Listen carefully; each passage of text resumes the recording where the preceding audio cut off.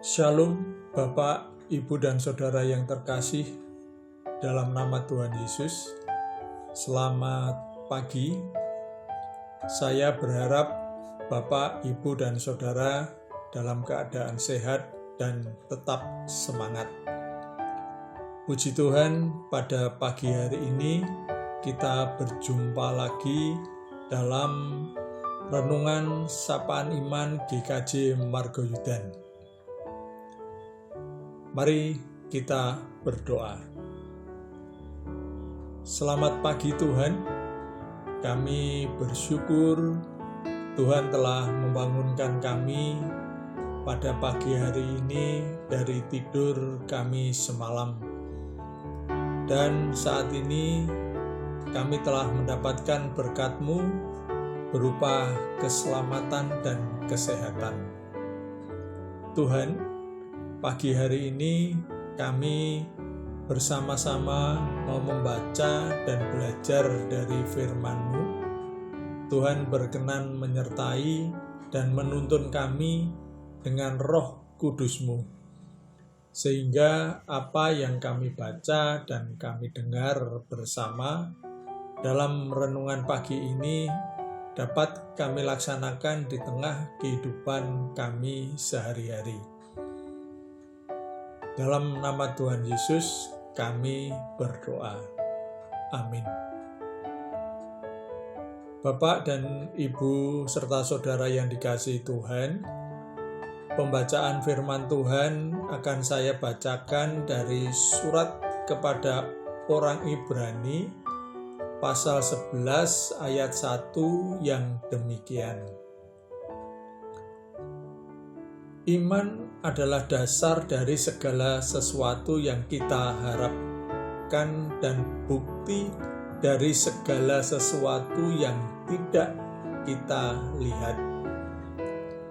Demikian firman Tuhan. Bapak, Ibu, dan Saudara yang dikasihi Tuhan, renungan pagi hari ini kami beri judul Iman. Ada 3 hal yang sangat penting berkaitan dengan pengertian iman menurut Alkitab. Yang pertama, iman adalah karunia Allah. Iman itu diberikan dan dikerjakan oleh Allah bagi kita, bukan sebaliknya. Dalam suratnya kepada jemaat di Korintus, Rasul Paulus memasukkan iman sebagai bagian dari karunia roh, sama seperti hikmat, pengetahuan, menyembuhkan, mujizat, nubuat, membedakan roh dan berbahasa roh. 1 Korintus pasal 12 ayat 7 sampai dengan 11.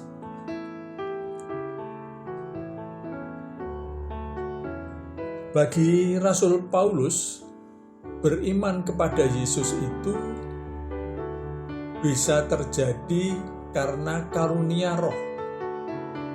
Sehingga dengan tegas ia katakan,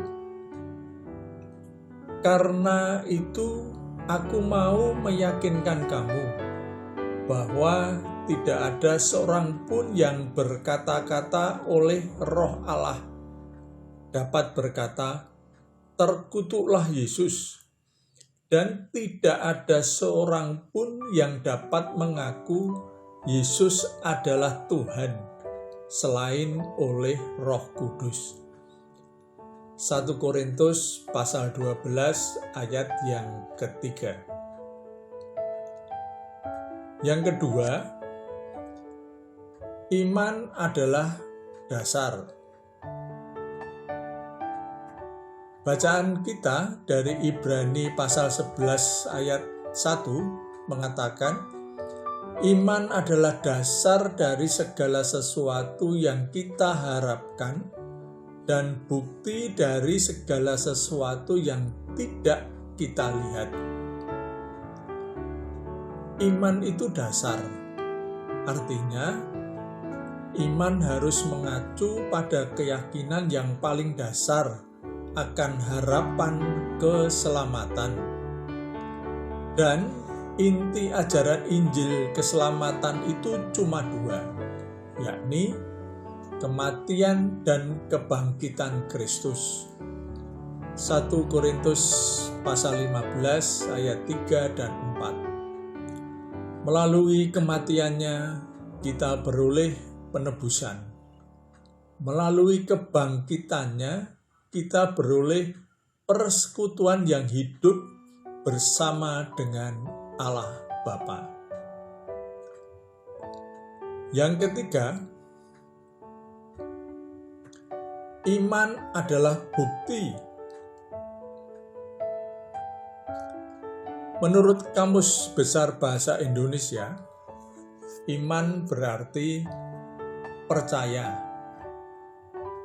atau tahu, atau mengerti, sungguh-sungguh, merasa pasti, tentu, tidak salah lagi.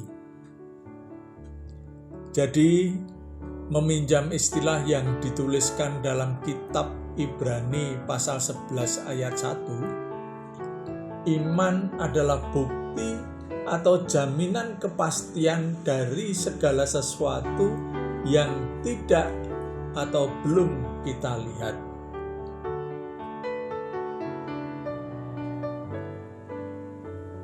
Jika hal tersebut dikaitkan dengan kesaksian Alkitab, maka firman Allah itu sendiri adalah jaminan atau bukti yang kokoh dan kuat. Kita tidak beriman pada apa yang kita harapkan akan terjadi, tetapi beriman pada apa yang Allah firmankan, sebab firman-Nya adalah ya dan amin. Bapak, Ibu, dan Saudara yang terkasih di dalam Tuhan Yesus, dua contoh kisah dalam Perjanjian Lama yang kerap dipakai untuk menggambarkan iman sebagai bukti adalah kisah Abraham dan janda Sarfat. Ketika Allah berfirman meminta Abraham untuk mengorbankan Ishak anaknya, ia tidak beriman bahwa Allah akan memberikan domba sebagai ganti Ishak. Abraham hanya beriman kepada Allah dan sabdanya.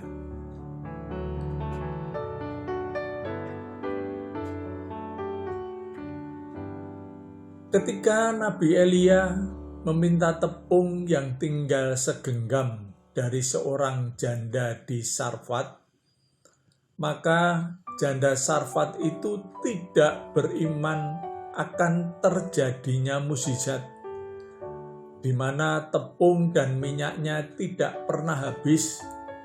Ia hanya mempercayai perkataan Nabi Elia. Ibu, Bapak, dan Saudara yang terkasih, jadi iman adalah bukti bahwa saya dan saudara mempercayai penuh dan sungguh-sungguh kepada Allah dan pemeliharaan Allah yang sempurna. Sebab kemarin telah terbukti karya Allah menyertai. Hari ini juga sedang terjadi bukti bahwa Allah menyertai. Maka esok hari akan menjadi bukti pula bahwa Allah menyertai. Immanuel. Sebab itu orang beriman akan yakin berkata, kita tahu sekarang bahwa Allah turut bekerja dalam segala sesuatu untuk mendatangkan kebaikan bagi mereka yang mengasihi Dia, yaitu bagi mereka yang terpanggil sesuai dengan rencana Allah. Amin. Selamat berkarya untuk hari ini. Tuhan Yesus memberkati.